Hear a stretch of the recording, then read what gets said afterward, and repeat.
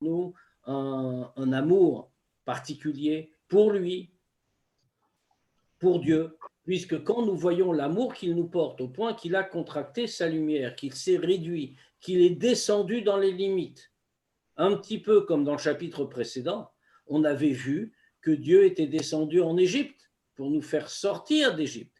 L'Égypte, c'est les limites. D'une certaine manière, la création du monde est par rapport à Dieu, est une descente en Égypte, une descente dans les limites. Alors quand on voit comment Dieu est rentré dans ces limites, a donné sa lumière dans ces limites-là, alors automatiquement, on comprend à quel point il nous porte un grand amour, et cela évoque aussi un amour en nous. C'est le sens de tout le développement du Tanya sur la grandeur de Dieu, le Hora Sovev, etc., sur lequel on va repartir. Et dans l'histoire qu'on vient de citer, l'Admour Azaken, c'est exactement ce que ça exprime. Qu'est-ce qu'il dit? Que Dieu s'est mis dans une petite lettre de la Torah, s'est mis dans une petite lettre de la Torah, le Bet, et c'est pas, ça vient pas de nulle part, hein. Cette idée-là que le monde a été créé par le bête est déjà écrite ailleurs, hein, dans le Midrash Nelam par exemple, c'est une phrase connue que le monde par le bête de Bereshit. Ce qui veut dire que toute la lumière de Dieu s'est contenue dans une toute petite lettre et qu'avec cette toute petite lettre-là, il a créé l'univers. Ça veut dire quoi? Ça veut dire que Dieu est descendu là. Il y a eu donc une très grande contraction, un très grand tzimtzum pour permettre de créer l'univers. Alors on va reprendre toute la réflexion, bien sûr, et je vais tout de suite partager l'écran.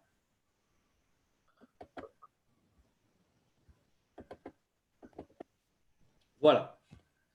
Donc, nous sommes arrivés à peu près une dizaine de lignes après le début de la page, au point qui commence, qui liot yesh ma'in, qui imeat misère, or vechayut. Alors qu'a-t-on dit jusqu'à présent?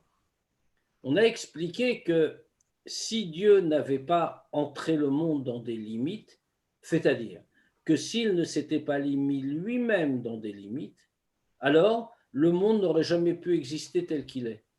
Parce qu'en fait, notre monde, comme il est, avec sa fonction, est fondé sur l'idée de limite.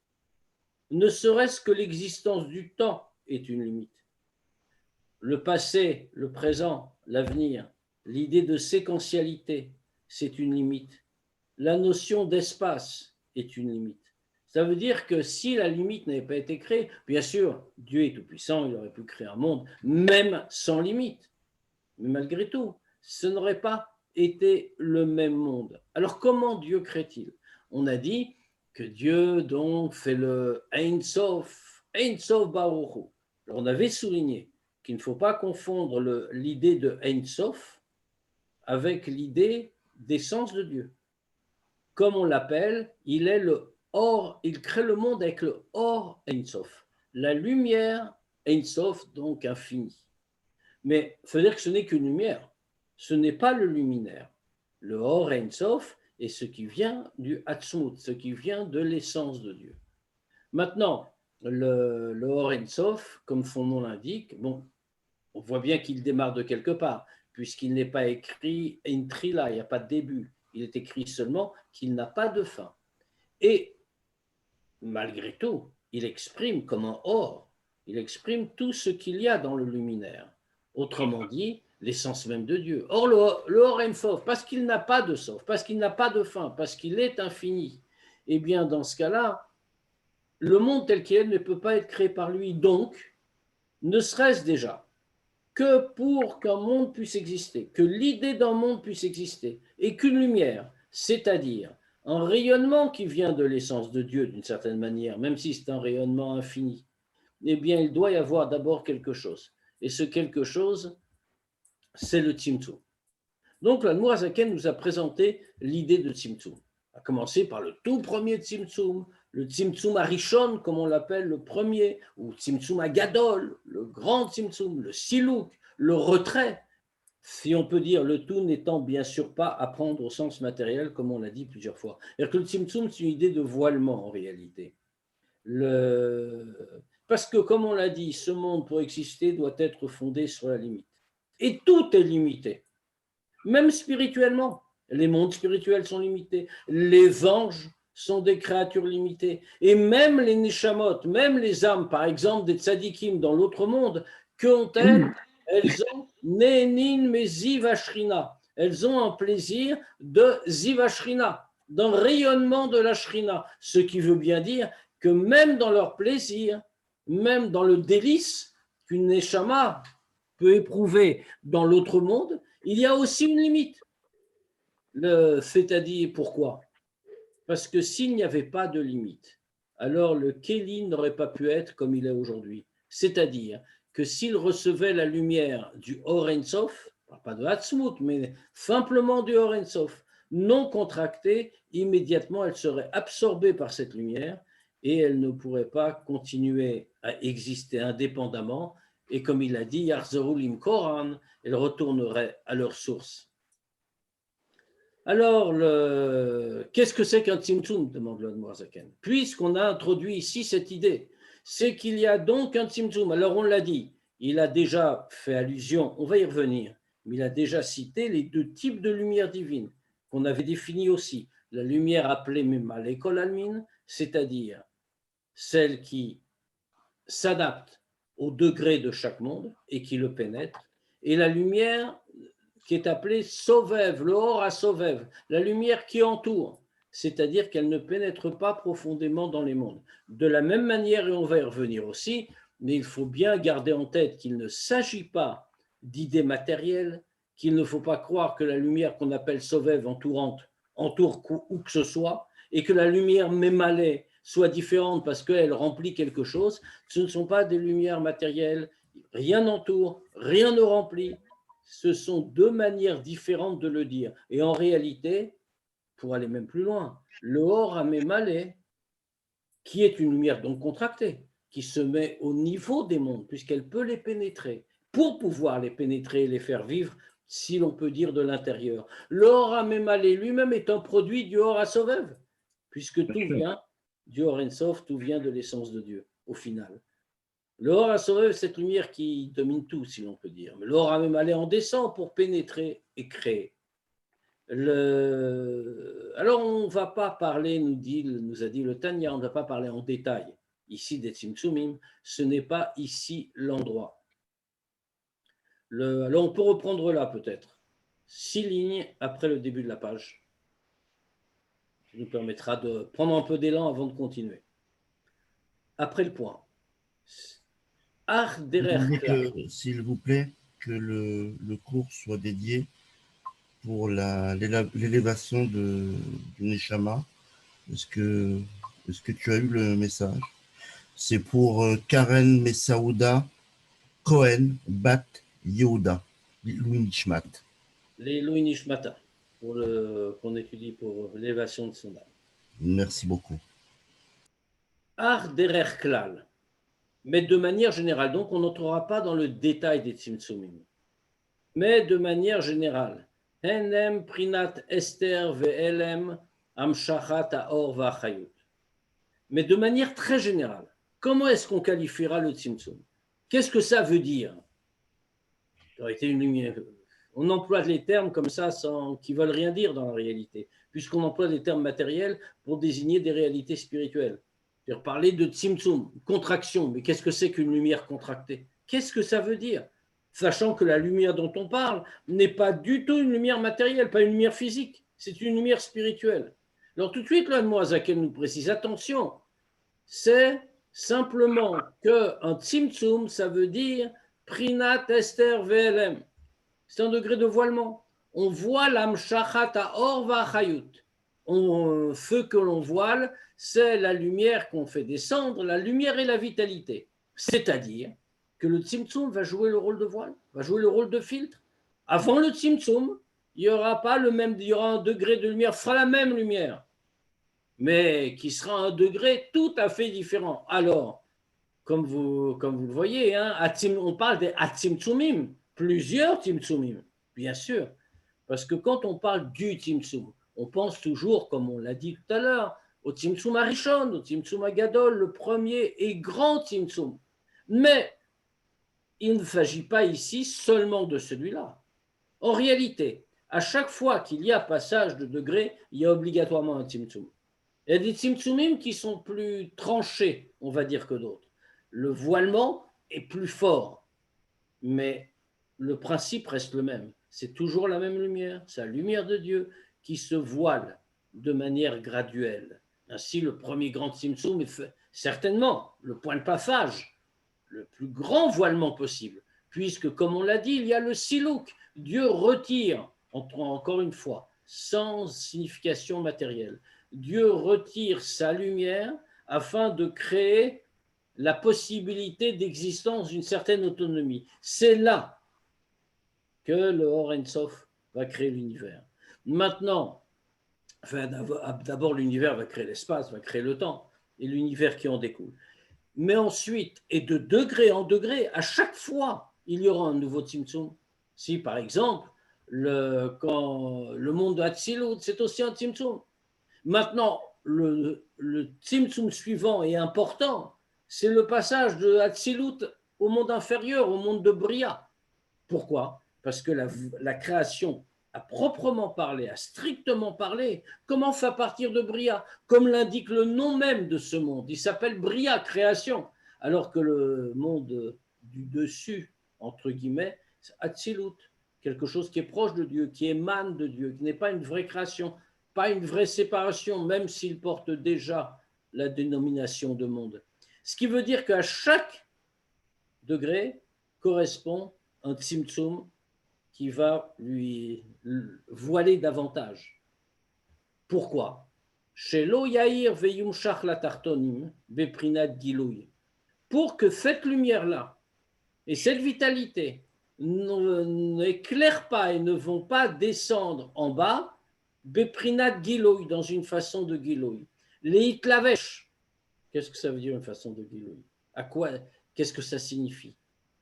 Si Fif est dévoilé, alors l'Itlavesh, la lumière va s'habiller dans le degré.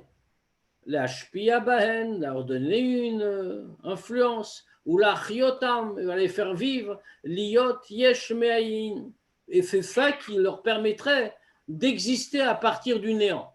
Ça veut dire que ce serait donc une lumière très puissante qui devrait directement intervenir pour cette création. Alors on a déjà dit que ça pose des tas de difficultés. Pourquoi? Si c'est cette lumière très puissante, d'abord ça réalise un contact direct entre la création et le créateur. S'il n'y a pas eu de tzimtzum, s'il n'y a pas eu de saut, parce qu'on serait alors dans une façon de descente progressive et on ne serait pas dans une façon de saut brutal qui permet, comme aujourd'hui, de passer d'un degré à un autre sans aucun rapport entre les deux. Or, si on imagine que Dieu est dans cette descente progressive, ça veut dire que la création, à l'inverse, va avoir aussi un effet sur la divinité. Or, nous savons qu'il n'en est rien. Comme il est écrit, Ani avaye lo shaniti, moi Dieu, je n'ai pas changé, Kodem shenivra olam, vachar shenivra olam. Avant que le monde ait été créé, après que le monde ait été créé. Donc, il doit y avoir une façon de dire que Dieu crée le monde sans que le monde ait la moindre influence sur lui. Donc, la création ne peut pas se passer d'une tzimtzum, parce que sinon la lumière sera intégrale. D'autre part, comme on l'a dit également, si le monde en question, s'il n'y a pas de tzimtzum, le monde qui est créé sans tzimtzum va être un monde fondamentalement différent du nôtre. Il va être un monde sans limite, un monde infini, qui aura d'autres caractéristiques, mais qui ne correspondent pas à la volonté de Dieu. Et on va voir tout de suite. Donc, qu'est-ce qui doit passer? Ki im me'at misère, or vechayut. Ce qui doit franchir le voilement du tzimtzum, c'est seulement un tout petit peu de lumière et de vitalité. Pourquoi? Parce que s'il n'y a qu'un petit rayonnement, qu'un petit peu de lumière et de vitalité, comme ça on peut arriver au résultat final. C'est-à-dire que cela va être limité, va être encadré. Il y aura un gvoul, un tachlit, Shiara Mouetet Meod, ce qui est un tout petit rayonnement, ou Mamash Belkela Chashive Lekabe Prinat Arablik Vul Vetachlit, et qui est considérée véritablement comme inexistante, la Chashive, ne tenant aucune place par rapport au degré de rayonnement sans limite. Et ça change tout. Pourquoi? Parce que comme cela, quand on a d'un côté cette lumière très limitée, avec une différence infinie avec l'autre type de lumière, qui, elle, n'a pas de limite, la différence est telle que, nous dit le texte, il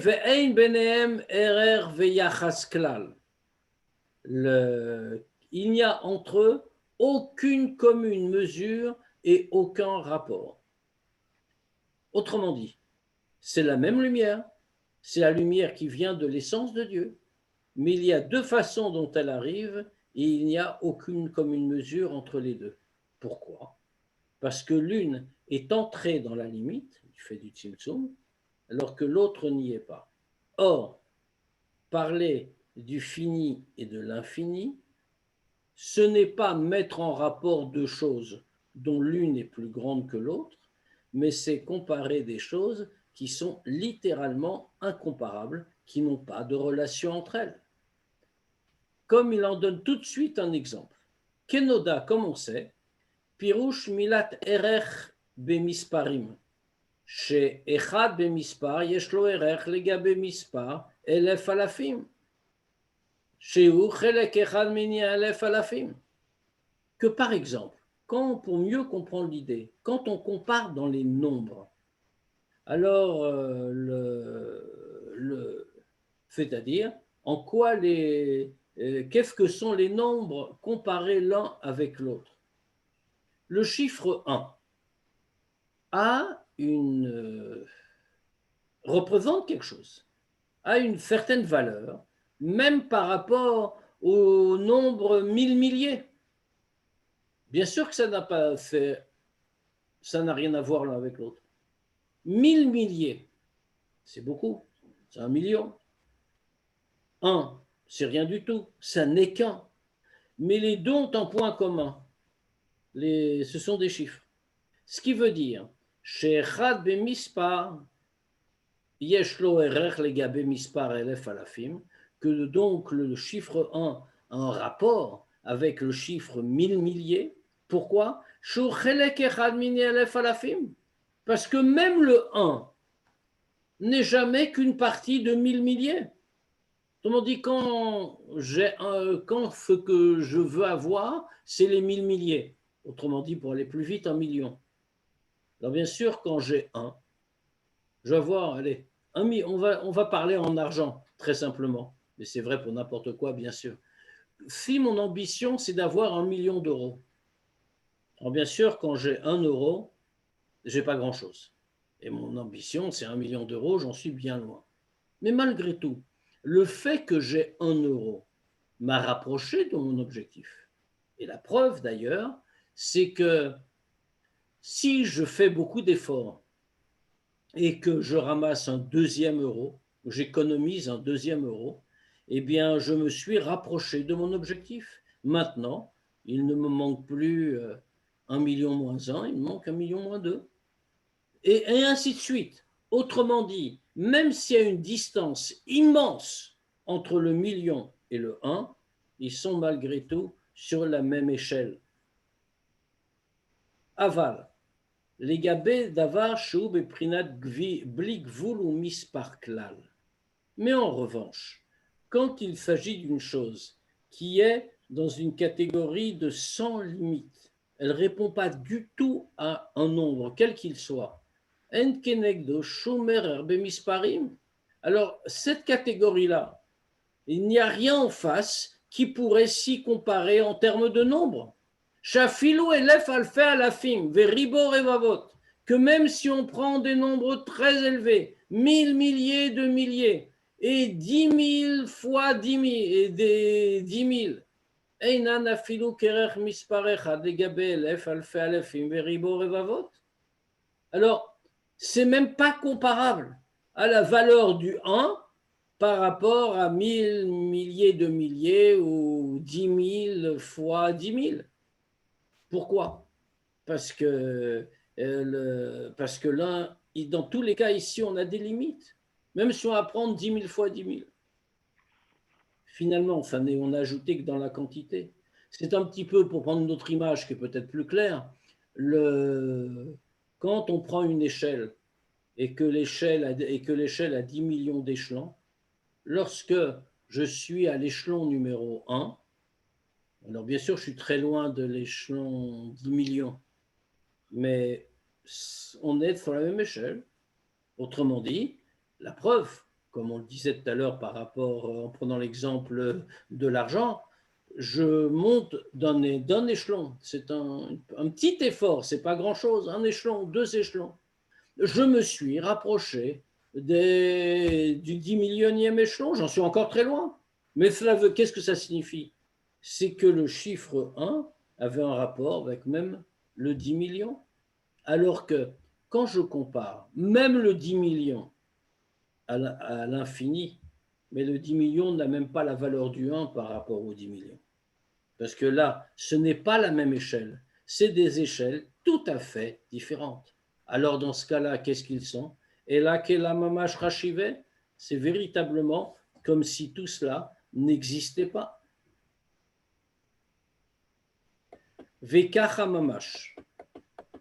Iprinatara muetetzu, amitlaveshet beolamot elionim vetartonim, leashpia baem laachiotam. Et c'est exactement la même idée. Pour ce rayonnement donc très restreint, très limité. Dieu, comme on l'a dit, est descendu pour créer le monde. Quand on dit le monde, c'est mitla veshet, beolamot elionim vetartonim. C'est les mondes supérieurs et les mondes inférieurs. Autrement dit, bien sûr, par rapport à nous, êtres matériels, les mondes supérieurs, les mondes spirituels nous semblent quelque chose d'extraordinaire, au-delà complètement de notre portée. Mais réellement, tout cela n'est que création. Autrement dit, par rapport à l'infini, mais les mondes supérieurs ne sont que des mondes et ils n'ont aucune qualité, aucune valeur perceptible par rapport à l'infini de Dieu. Or, ça veut dire cette petite ahara, ce petit rayonnement très réduit, parce qu'il est très réduit, il peut mitlaveshet, il peut s'habiller, se revêtir à l'intérieur. On est en train de définir Mémalé, le Mémalé, comme on s'en rend compte. Alors, on avait, jusqu'à présent, on parlait beaucoup de Hora Sovev, mais là, on parle de Hora Mémalé, qui s'habille à l'intérieur, qui se revêt à l'intérieur. Pourquoi se revêt-il à l'intérieur? Il a leur dimension. La Shpia Baem, pour leur donner. La Chiotam leur donne une vitalité qui leur permettre de vivre. Il fait ce rayonnement-là et qui lui-même est subdivisé en différents degrés parce que bien sûr, le plus haut des mondes spirituels n'a aucun rapport avec notre monde matériel. Mais pourtant, c'est la même chose. Comme on l'a dit tout à l'heure, c'est la même échelle. Mais les gabé or erech or aganus venelam. Mais ça n'a rien à voir. C'est comme totalement inexistant tout cela par rapport au degré de la lumière. Aganus vanelam, la lumière cachée, celle qui ne pénètre pas le monde. Alors on a d'un côté Al-Basha, la lumière qui s'habille dans le monde, et l'autre Ganus venelam, l'autre qui est cachée et voilée, c'est-à-dire qui n'apparaît pas, qui ne se révèle pas dans le monde. Shube Prinat Ensof, ça c'est le degré de Ensof. Ve'eino mitlavesh umashpia baolamot beprinat gilui lachyotam. Alors qu'est-ce que fait cette lumière? Puisqu'elle n'est pas au degré des mondes, puisqu'elle ne s'habille pas à l'intérieur, elle ne peut pas, elle n'est pas au degré de ces mondes. Si elle s'y revêtait, le monde cesserait d'exister en tant qu'entité autonome, c'est-à-dire en tant que création. Donc le monde n'aurait pas été créé, on serait revenu avant la création d'une certaine manière. Alors que fait-elle? Et là, Makif Alehem, Milmala, elle les entoure, Milmala, d'en haut, Venikra Sovev Kol Almin, et elle est appelée Sovev Kol Almin. Alors, bien sûr, la Nourazaken va tout de suite nous mettre en garde. Attention, pas de mauvaise interprétation, pas de concrétisation des termes. On ne le prend pas au sens strict. Le Or à Sovev, comme on l'a dit, ça se traduit par la lumière qui entoure, qui enveloppe. Elle n'enveloppe rien du tout, elle n'est pas extérieure, cette lumière. De la même manière, on a dit ici, elle entoure comment? Milmala, d'en haut, comme s'il y avait une lumière au-dessus du monde. Il n'y a rien. Ce n'est pas du tout ce qu'on veut dire. Et on va préciser. Milmala, ça signifie qu'elle est plus haute que la lumière qui s'habille d'en haut, parce que c'est plus haut que la lumière qui s'habille de l'intérieur, c'est-à-dire la lumière de Memale Kolalmin. Et de la même manière, si elle est makif, ce n'est en aucune façon. Si elle est makif, ce n'est en aucune façon parce que simplement elle entoure ou elle enveloppe de manière matérielle. C'est-à-dire que si je résume, en fait, les deux types de lumière, que ce soit le Or à Memale ou le Or à Sovev, sont toutes les deux présentes dans notre monde. Des fois, je me dis, mais je suis... Sont que toutes les deux présentes dans notre monde. Simplement, c'est la manière de présence dans notre monde qui est différente. L'or à Memale est plus contracté, donc il va s'habiller, être révélé et donner la vie. L'or à Sovev ne va pas se contracter et donc va entourer sans pénétrer tout en étant là. Une manière de parler simplement. Alors bien sûr, la question, qu'est-ce que c'est? C'est pourquoi est-ce qu'on a besoin de ces deux lumières? Ici, l'Admour Hazaken, on va le dire comme ça, parce que l'Admour Hazaken ne va pas s'arrêter sur cette question ici. Il y répond ailleurs. Parce que, puisque les deux sont des lumières de Dieu, on l'a dit, les deux lumières ont la même source. Elles sont toutes les deux présentes. Pourquoi faut-il deux types de lumières, comme on le voit? À part le fait qu'on le comprend, etc. Mais pourquoi? Eh bien, la réponse qui nous est donnée est la suivante. C'est qu'en réalité, pour dire les choses vraiment très simplifiées, quand on dit que l'univers matériel a été créé par la lumière de Dieu qui s'est contractée et descendue peu à peu, s'est voilée, comme on vient de l'expliquer. Alors, en général, on répond comme ça en réalité. Mais c'est une approximation. Parce qu'on a tout de suite une question. De la lumière spirituelle qui se contracte, qui se voile, ne produit pas du matériel. Le spirituel est une donnée. Le matériel en est une autre. Du spirituel qui se voile peu à peu, qui se contracte, comme on voudra dire, ne peut jamais donner que du spirituel de plus en plus voilé ou contracté. Il ne donne pas de matériel. Il y a ici, entre le spirituel et le matériel, il y a un saut qualitatif qu'une lumière qui se contracte ne peut pas avoir, puisqu'elle se contracte, puisqu'elle se contente, on disait la semaine dernière, elle se contente d'être comme une chaîne. Un degré en entraîne l'autre, et ainsi de suite. Il a va elol de cause à conséquence. Ce qui veut dire qu'on obtient, au bout de l'ensemble des contractions, une lumière spirituelle de plus en plus voilée et contractée. Mais en quoi est-ce que ça peut donner du matériel? C'est exactement l'idée que développe en vérité le Harizal et que reprend ici le Admour Hazaken en l'explicitant. Lorsque, pour créer du matériel, il faut justement une lumière toute puissante, c'est-à-dire la toute puissance de Dieu, la puissance du Or Ein Sof. Précisément parce que le Or Ein Sof n'est pas limité, précisément parce qu'il ne se voile pas peu à peu, alors lui peut créer quelque chose qui est opposé à sa nature même. Autrement dit, on est passé du spirituel au matériel sans transition. Si on pourrait dire comme ça, que le Or HaSovev, c'est ce qui crée globalement l'existence d'un univers, qui soit une création. Là, je parlais de matériel, mais c'est vrai pour les niveaux les plus hauts en spirituel, bien sûr. Et le Or Hamemale, c'est cette lumière qui va descendre dans chacun des niveaux pour le faire vivre de l'intérieur en se mettant au degré de chacun de ces niveaux. Donc, ici, le Or HaSovev va être qualifié de Milmala. Il est au-dessus, parce qu'il est au-dessus de toutes ces révélations. Veina Pirouche, alors tout de suite, Veina Pirouche Sovev ou Makif Milmala Beprinat Makom, Chaz v'Shalom. Et on ne peut en aucun cas dire que Sovev qui entoure, ou Makif, qui entoure, Milmala d'en haut, cela veut dire Beprinat Makom, Chaz v'Shalom. Cela voudrait dire dans l'espace, Chaz v'Shalom.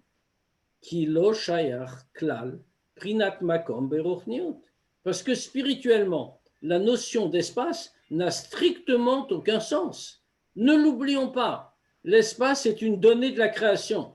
Autrement dit, le début de la création, c'est que Dieu choisit de créer justement le temps et l'espace, qui sont les deux dimensions majeures auxquelles nous sommes soumises.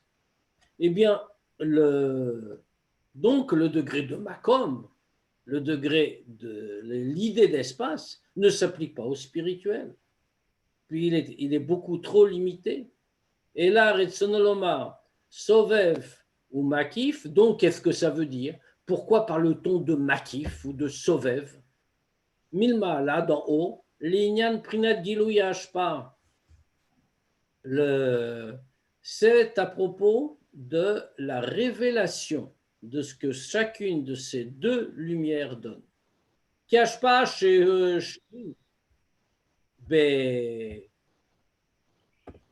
qui ashpa chez beprinat gilui baolamot, parce que cet ashpa, ce que Dieu donne, qui se révèle dans les mondes, nikret beshem albasha. Quand Dieu donne une lumière qui va se révéler à l'intérieur du monde, cela s'appelle se revêtir, albasha, comme s'habiller. Shemit la veshed baolamot, parce qu'elle s'habille à l'intérieur des mondes. Kihem malvishim masbiki ou masigim, pardon, ashpa shemekablim. Qu'est-ce que ça veut dire qu'il s'habille à l'intérieur? Eh bien, c'est comme lorsqu'un homme s'habille dans un vêtement, si on peut dire. Quand un homme s'habille dans un vêtement, on comprend dans quoi ce que l'on a, on comprend ce qu'on habille, on ressent ce que c'est. Autrement dit, cette lumière s'est habillée de telle manière qu'on la ressente, on est capable de la comprendre, elle est à notre portée. Mais on comprend à quel point Dieu s'est réduit. Et voilà une autre interprétation de ce qu'on avait dit précédemment. On avait cité cette fameuse phrase des sages que Bemakom Shata Motse Gdulato Ata Motse Anavatenuto, en parlant de Dieu, à l'endroit où tu trouves sa grandeur, c'est-à-dire dans la création du monde avec toute sa multiplicité, etc. Ata Motse Anavatenuto, tu vois là-bas aussi son humilité. Pourquoi? Et parce que finalement Dieu, pour créer, pour manifester sa bonté et donner vie à une création, c'est, si l'on peut dire, réduit, il s'est voilé. Pour reprendre la terminologie employée dans les chapitres précédents, comme on le disait, Dieu est descendu dans les limites, ce qui est une vraie descente. Dieu, qui est par nature au-delà du fini, bien sûr, mais même au-delà de l'infini, qui est aussi une catégorie, qui est l'un et l'autre à la fois. C'est pour ça qu'on ne parle pas d'infini, mais on parle de Blickvul, d'absence de limite, parce que l'infini aussi est une limite, puisque l'infini, c'est ce qui n'est pas fini. Ce qui veut dire que Dieu est au-delà de toute compréhension. Et Dieu qui est littéralement inconnaissable, indicible, etc., descend dans des limites, et des limites très contraintes, les limites des mondes, selon chaque degré. Il s'y habille. Machenken, alors qu'au contraire, Ashpa Shaina Beprinat Gilouy, alors que ce que Dieu donne, qui n'est pas dans une façon de Gilouy, qui ne se révèle pas, et là, Esther Ve'elem, mais qui est complètement voilée, Vein olamot masigimota. Et les mondes ne peuvent pas la comprendre, ils ne peuvent pas la saisir, puisque justement cette lumière ignore la limite. Donc les mondes l'ignorent, ils ne peuvent pas être conscients de ce qu'elle représente. Eina nikret mitlaveshet. Alors on ne peut pas dire qu'elle s'habille, parce que sinon, elle serait à la portée des mondes. Et les mondes pourraient la saisir chacun selon son degré. Alors bien sûr, la façon dont le monde Hatzilut le plus élevé la saisirait est plus profonde que celle de notre monde. Mais malgré tout, ce serait chacun pourrait saisir ce qui est à sa portée. Mais cette lumière-là, parce qu'elle ne connaît pas la limite, elle a makefet et sauvevet, mais au contraire, elle entoure. Autrement dit, elle ne pénètre pas. Ilkar, et donc, Machar shaolamot embeprinat gvul vetachlit, puisque les mondes sont dans une façon de gvul vetachlit, Dieu les a créés de façon limitée. Nimtsa, she'ein ashpa torensov mitlavesh ou mitgale bahem beprinat gilouy. Donc, qu'est-ce qu'il en sort? Que de manière parfaitement compréhensible, ce que donne le Or-Ensof ne va pas s'habiller ni se révéler en eux de façon dévoilée. Rak, mais at misère, seulement un tout petit peu. Ara mouetet, une ara, un rayonnement très réduit, mais tsumtsemed meod, contracté, énormément, infiniment contracté. On se rend compte qu'on parle du Or-Ensof, qui est une émanation directe de l'essence de Dieu. Donc un rayonnement vraiment très contracté. Rak, et tout cela uniquement pour créer chacun de ces niveaux dans une façon de gvul vetachlit, dans une façon de limite, puisque la limite est la condition naturelle de notre existence. Et s'il n'y a pas de limite, nous n'existons pas. Et s'il n'y a pas de limite, nous ne pouvons pas accomplir notre mission dans le monde, puisque notre mission dans le monde est justement de faire apparaître quelque chose d'autre, de faire un vrai chidouche, une vraie nouveauté dans le monde, par la Torah et les mitzvot. Autrement dit, sans limite, et le monde n'a pas de sens, et la création n'est pas, enfin, la création en l'état en tout cas, telle que nous la connaissons, cette création n'est pas possible. Aval. Ikar haor bli tzimtzum kolkar nikra makif vesovev. Mais le principal de la lumière, sans beaucoup de tzimtzum, est appelé makif vesovev. Le sovev kol almin dont on parlait, cette lumière qui entoure. Alors, on voit, hein, on a remarqué comment l'Admour HaZaken s'exprime ici. C'est Ikar haor, le principal de la lumière. On dit, ce n'est pas l'autre lumière, la deuxième lumière, celle qui est aussi utile, c'est le Ikar haor. Autrement dit, le principal de la lumière qui donne vie au monde, c'est le Or HaSovev. Pourquoi? Parce que justement, il n'est pas contracté. Et il peut faire, comme on l'a dit tout à l'heure, il peut faire ce passage, ce saut du pur spirituel jusqu'à un monde matériel et grossier qui cache même l'existence du spirituel. Alors le principal de cette lumière doit être, pour réaliser ce but-là, blitzimtzum, sans contraction, pas totalement sans contraction. Le blitzimtzum kolkar, a-t-on dit, dans une contraction trop grande, parce qu'il y a déjà eu par définition une contraction. Il y a eu, ne l'oublions pas, le tzimtzum harishon, ce qui a permis qu'un monde existe. Mais c'est dans ce tzimtzum harishon que la lumière non contractée profondément est intervenue pour faire apparaître l'univers. Et donc, elle s'appelle Sovev, elle entoure, elle ne pénètre pas, elle est trop grande, trop profonde, puisque Ein hashpa'ato mitgalit betocham, ce que donne cette lumière, qui est l'essentiel, qui est la source de toute vie, cette lumière-là ne va pas se révéler au-dedans d'elle. Qu'est-ce que ça veut dire au-dedans d'elle? Pas profondément. Elle ne va pas les animer de l'intérieur. Pourquoi? Mais aha, shehem beprinat gvul vetachlit, parce qu'elle Toutes les créatures sont dans un niveau de limite. On l'a dit, c'est la règle. Or, l'absence de limite ne peut pas coexister avec la limite. L'absence de limite supprime la limite par définition. Ce qui veut dire que la lumière de Sovève est parfaitement nécessaire, mais cette lumière-là ne peut pas pénétrer profondément et elle va rester spirituellement au-dessus, tout en étant dedans, mais elle ne va pas se révéler, elle va être cachée. Vers Machal basé, on va voir un exemple.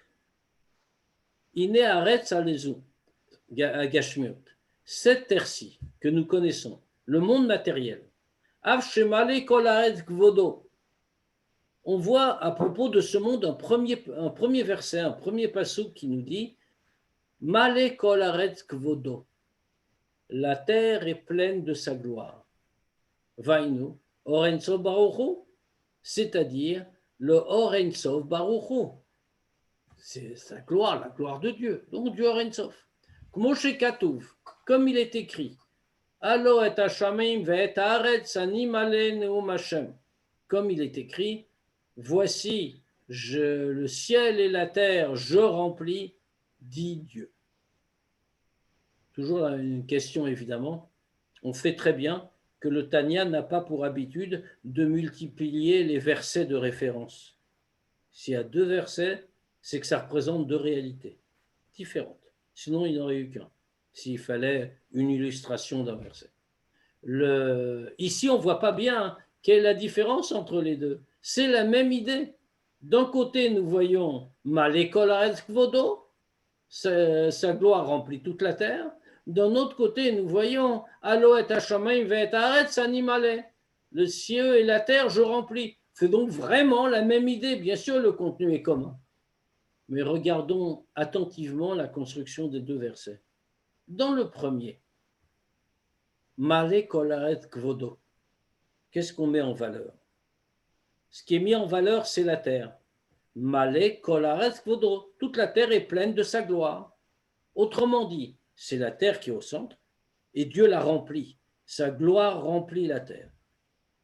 À quoi ça fait référence? Ça fait référence, bien sûr, au Or Hamemale, la lumière qui remplit, la lumière profonde, ce dont on parlait précédemment, qui pénètre le monde. Et le deuxième verset, que nous dit-il? Allo et Hashamayim ve'et haaretz ani male. Maintenant, ce n'est pas les cieux et la terre qui sont au centre du propos. C'est Ani, moi, Dieu, animalé, moi je remplis le ciel et la terre. C'est-à-dire, je n'y suis pas révélé, mais c'est moi, mon essence, qui se trouve là. Alors ici, c'est Dieu qui dit animalé, c'est mon essence qui est présente. Ça veut dire que nous avons ici, dans ces 2 psukim, les 2 révélations différentes de lumière divine. D'un côté, la lumière de Memalé, c'est la première qu'on a citée, et de l'autre côté, la lumière de Sovève. Alors, qu'est-ce que ça nous dit tout ça en réalité? Puisqu'on sait très bien que, on va continuer un petit peu, mais qu'est-ce que ça nous dit? On sait très bien que tout ce que le Tanya nous enseigne, c'est quelque chose qui nous apporte dans le service de Dieu en réalité. Qu'est-ce qu'il nous dit ici? Il nous dit, alors bien sûr, on l'a vu, nous montre le grand amour que Dieu nous porte, puisque lui, dans son essence, descend jusqu'à nous. Maintenant, si on ne regarde pas dans ce sens-là, mais nous nous regardons par rapport à nous-mêmes, comment nous voyons la chose. Cela veut dire que où que nous soyons, quoi que nous fassions dans ce monde, quand on dit que Dieu est présent, ce n'est pas juste une vue théorique ou poétique. C'est-à-dire que la structure même du monde implique que Dieu soit présent partout. Dieu est présent sous la forme du Or HaSovev, si on peut dire, c'est-à-dire l'expression de son essence. Il est présent dans chaque détail, chaque atome de l'univers, sous la forme du Or HaMemale, la lumière qui remplit tous les mondes, c'est-à-dire que Dieu est le constituant ultime du monde et que par définition, il est toujours là, quoi qu'on fasse. Donc il y a une vraie attente, c'est-à-dire que véritablement, Dieu est à côté de chacun, il est même en chacun. Et si Dieu n'est pas là, rien n'existe. On dit, ça crée un nouveau rapport en réalité avec Dieu. Ce n'est pas que Dieu est très loin, c'est un être spirituel, et il écoute ce que je lui demande ou quelque chose comme ça. et qu'il est très bon, qu'il m'écoute. Ce qui crée un espace comme une distance. Ici, il n'y a aucune distance. C'est Dieu qui est le constituant premier. Sa lumière est partout présente et exactement de la même manière partout.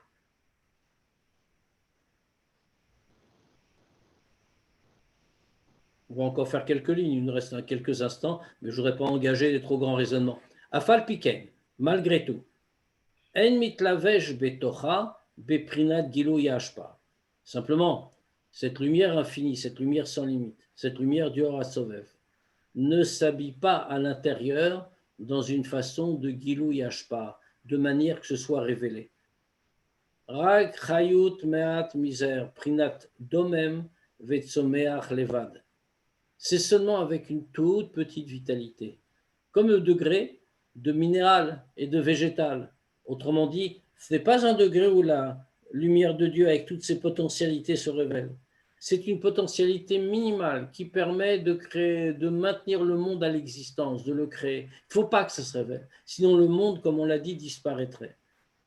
Vechol orenso baruchu nikra sovev alea av sheu betocha mamash. Et donc, tout le Or HaSovev est appelé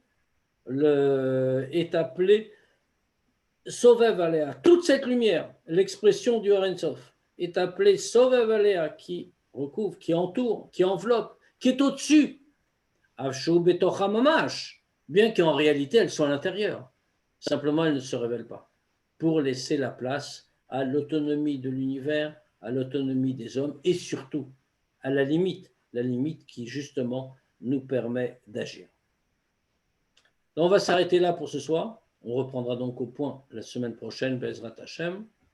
Et bien sûr, il nous reste 5 minutes. On peut parfaitement poser des questions si vous en avez.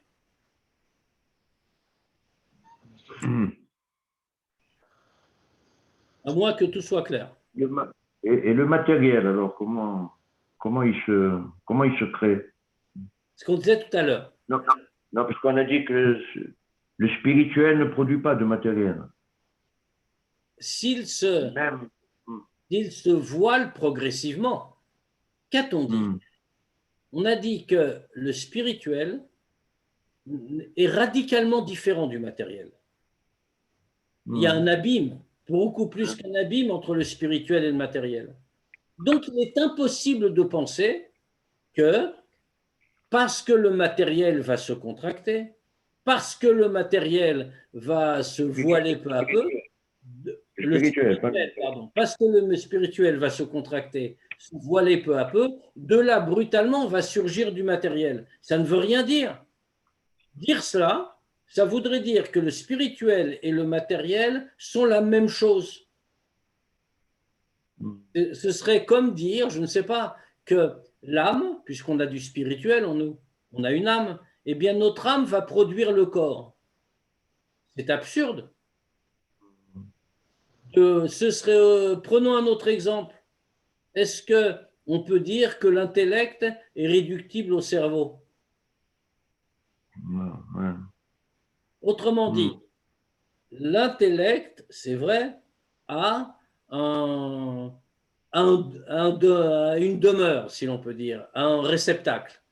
Dans l'homme, le réceptacle de l'intelligence, c'est effectivement le cerveau. Mais peut-on dire que l'intelligence, c'est le cerveau?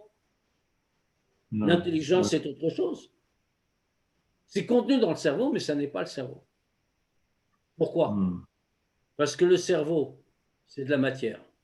Alors certes, c'est de la matière la plus fine qui existe en l'homme, sans doute. C'est pas le pied, c'est pas le talon, bien sûr, mais c'est de la matière. L'intelligence, c'est pas du spirituel, mais c'est, disons, ce qui s'en rapproche le plus en l'homme. Donc, l'un n'est pas réductible à l'autre. Mais d'où vient alors le matériel? Alors, le matériel doit venir de quelque chose qui dépasse toutes les catégories. N'oublions pas un principe simple, mais qu'il ne faut pas oublier quand même, Dieu est tout-puissant. Quand on dit que Dieu est tout-puissant, qu'est-ce que ça veut dire? C'est à prendre au sens strict. Ça veut dire que Dieu peut faire tout ce qu'il souhaite faire. Il a tous les pouvoirs, au sens strict. On appelle ça le Koach HaYecholet. Dieu a la force de tous les potentiels. Pas seulement ce que nous définissons comme un pouvoir, comme une force, mais tout ce que Dieu souhaite. Et encore, je suis en train de réduire les mots, enfin, les mots humains sont toujours des mots traîtres. Et donc, Dieu a le Koach HaYecholet, il peut tout faire. Donc, Dieu peut créer, bien sûr, du matériel, mais il ne le crée pas par un enchaînement de causes à conséquences. Sinon, ça reviendrait à créer du matériel à partir du spirituel, ce dont on vient de dire que c'est une impossibilité. Donc, avant, si l'on peut dire, avant que Dieu introduise de telles différences, dans sa toute-puissance, sans aucune contraction, il fait apparaître un univers créé. C'est le rôle du Or HaSovev qui n'a pas de contraction, justement, pas de voilement. Et c'est précisément pour ça qu'il existe et qu'il ne doit pas avoir de voilement. Sinon, la création devient impossible. Donc le matériel vient du Or HaSovev. Exactement. Tout vient du Or HaSovev. On vient de le voir.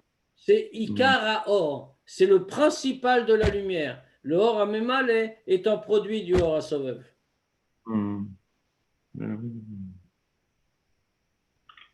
Ouais. Rav, j'ai une petite question. Oui. Si Hachem se contracte pour finalement habiter les mondes matériels, nous, de notre côté, on doit s'élever en fait, mais on ne peut pas l'atteindre. Même Moshe n'est pas arrivé à atteindre le niveau d'Akadosh Baruch Hu. Alors, quel est l'objectif de la création de l'homme dans l'histoire? De fait, on ne peut absolument pas atteindre Dieu, vous avez parfaitement raison. Seulement, quand on dit ça comme ça, on est en train de détruire à peu près tout le judaïsme. Ah, d'accord. Puisque le judaïsme est fondé exactement sur l'idée inverse. Ah bon, d'accord. Le judaïsme est fondé sur l'idée qu'il doit y avoir un lien entre l'homme et Dieu, entre le créateur ou la créature et le créateur. Oui, mais on doit s'élever en permanence. On doit s'élever en permanence. C'est le principe même du judaïsme. Mais jusqu'où? Ah, c'est facile. Dès qu'on trouve l'essence de Dieu, on peut s'arrêter. Ah, d'accord. En fait, on ne pourrait pas. Il est impossible, y compris dans tout ce qu'on vient de développer, on le voit très clairement et vous l'avez très bien compris. On ne peut pas atteindre Dieu. Il y a une radicale différence. Mais pourtant, c'est ce qu'on nous demande de faire. Ben voilà, c'est ça. C'est, comme je le disais, c'est le contraire même du judaïsme. On déracine tout. Mais voilà, Dieu, dans sa bonté, nous a lancé une passerelle. Et ça marche parce que c'est lui qui donne la passerelle. Laquelle? Ça s'appelle les mitzvot. Comme le dit le Baal Shem Tov. Le mot mitzvah, commandement, vient au mot aussi du mot tsavta, en araméen. Un lien, un attachement. Autrement dit, la mitzvah, c'est le lien. Dieu donne des actes qui, dans le monde matériel, permettent de se lier à son essence. D'accord. Et d'ailleurs, c'est pour cela qu'il est écrit que Yafé Sha'achat Shel Koratroir Baolam Haba Mikol Chayol Amazé, les Pirkei Avot nous disent un moment de plaisir dans l'autre monde, c'est mieux que toute la vie de celui-ci. Mais Yafé Sha'achat Shel Tshuva Umaasim Tovim Baolam Hazé Mikol Chayol Amaba, mais mieux vaut un moment de tchouva et de bonnes actions, de mitzvot, dans ce monde-ci, que toute la vie de l'autre monde. Parce que dans l'autre monde, avec tout ça, bien sûr, le plaisir est plus grand. Mais de quoi vient-il, ce plaisir? Ce plaisir vient d'un rayonnement de la Shekhinah. Rayonnement, encore une fois ce mot, c'est-à-dire une grande contraction de la lumière divine. Alors que dans ce monde, par l'accomplissement du mitzvah, tchouva et maasim tovim, comme dit le texte, nous n'avons pas un rayonnement de la présence divine, nous avons l'essence même de Dieu.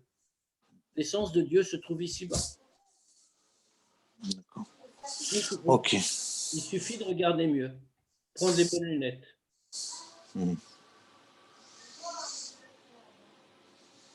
Ouais. Mais donc, ça explique pourquoi Moshe n'est pas arrivé à la 50e porte.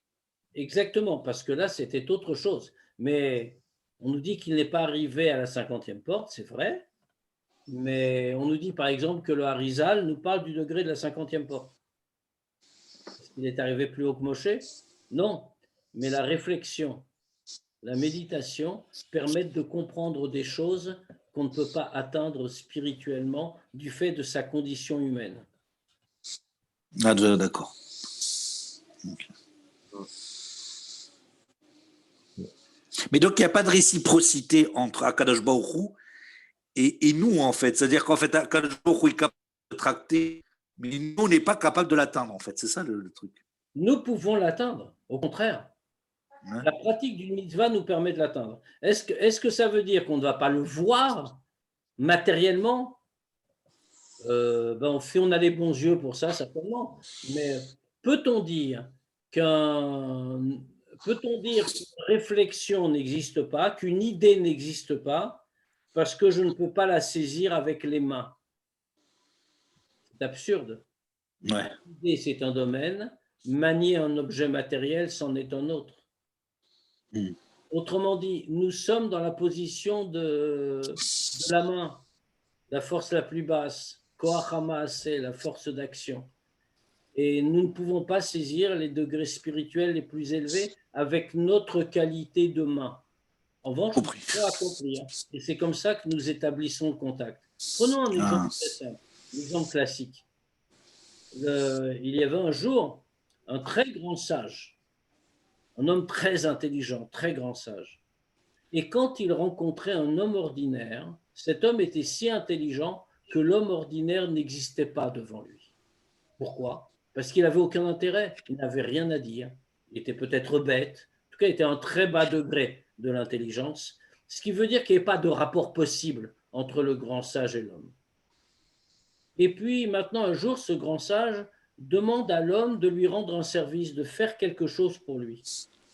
Et l'homme en question obéit. C'est un acte simple, je ne sais pas, aller lui acheter quelque chose, lui ramener, lui donner un verre d'eau, peu importe. Un acte simple. L'homme le fait. C'est-à-dire que brutalement, par ce petit acte, l'homme ordinaire qui n'existait pas aux yeux du grand sage a pris tout à coup une existence. C'est dans cette position-là que nous sommes par rapport au Créateur. En accomplissant sa volonté, nous existons. Et nous nous lions à lui d'une manière à notre portée. D'accord. D'accord, merci beaucoup, Rav. C'est beaucoup plus clair. Ouais. Ouais, il est beau l'exemple. Merci beaucoup. Il n'est pas de moi, hein, je vous rassure. Bien, je vous donne rendez-vous à jeudi, Bezrat Hashem, pour la Sikha du Rabbi. Un grand merci, un grand merci. Merci beaucoup. Merci beaucoup, merci. Avec